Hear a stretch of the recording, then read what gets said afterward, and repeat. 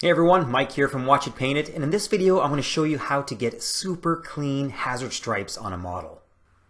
Now the method I'm going to show is going to work best for large models, vehicles, titans, and buildings, because the lines are fairly thick.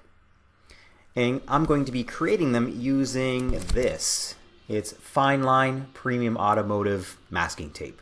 I'm going to be using an airbrush for doing this, but you do not have to use an airbrush. You can also use packing foam, and you can get packing foam pretty cheap. At most hobby shops you can buy foam paintbrushes, and I just tear these apart and I use them to stipple the paint on. And it's also going to create a cool, textured effect as well. So here I've got a leg panel for a Knight Dominus, and thank you to Games Workshop for sending the Dominus to our channel. It is simultaneously a pleasure and a pain to build and paint. You ever just get stuck in a mental loop and you suddenly realize that you've been failing at the same simple task for like 10 minutes? That's what's happening here. After a long struggle of trying to find the starting point on this tape, I gave up and just cut it. Now this is my first time using this tape and doing this technique, and I have zero confidence in my freehand abilities, so I'm going to do this in a way that can't possibly go wrong. We're now approaching our final destination, Itchy and Scratchy Land, the amusement park of the future where nothing can possibly go wrong. Hazard stripes are a good way to add some visual interest to large empty spaces on a model. To get my stripes perfectly straight and evenly spaced, I'm going to stick these strips of tape on at a 45-degree angle and completely cover the armor panel.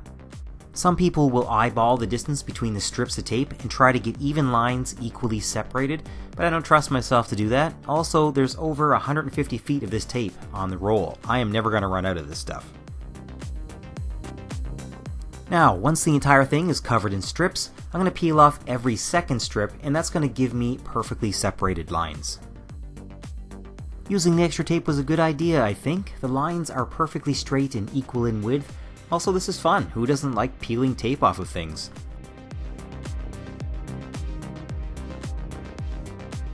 I'm also going to press this tape down so that I don't get any leakage underneath any of these strips.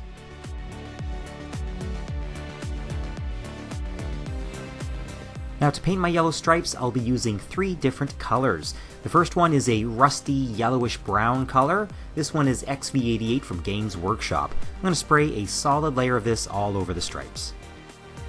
One of the reasons for starting with a brownish yellow is that a pure yellow is going to turn a nasty looking green when you put it over black. But if you build up from a brown, you can avoid that.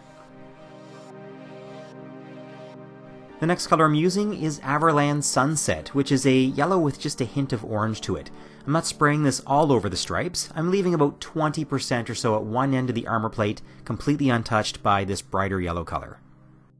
Now originally I wanted to have the brighter yellow at the bottom of the armor plate, but I wasn't paying attention and I painted this thing upside down, so the bright yellow is actually at the top. Finally, I'm switching to a bright, vibrant yellow, and I'm spraying this on the opposite end that I left dark. So basically the bottom end is staying a rusty brown color, the middle is a proper hazard paint yellow, if that's a thing, and the top 20% is a nice bright yellow. My hope is that it looks better than a single flat color. And now the best part. I was a bit worried when I started adding the paint because this tape has a low adhesion, but it does stick well and it doesn't peel up the paint underneath. I didn't varnish the black paint underneath, but I clearly didn't need to. Look how clean these lines are. 100% would recommend this tape. If you stick around to the end of the video, I'll show you what the plates look like on the finished Titan. And funny enough, at the time of making this video, another YouTuber, Eric's Hobby World, painted the exact same model in nearly the exact same paint scheme. I won't bother showing you how I painted this guy, but I will post a link in the description to Eric's video if you want to check that out. And here it is! I love with just a few stripes and transfers, you can make an otherwise fairly simple paint job look pretty cool. If you like this video, consider subscribing to the channel or check out our Patreon page. Let me know if you have any questions in the comments, and thanks for watching.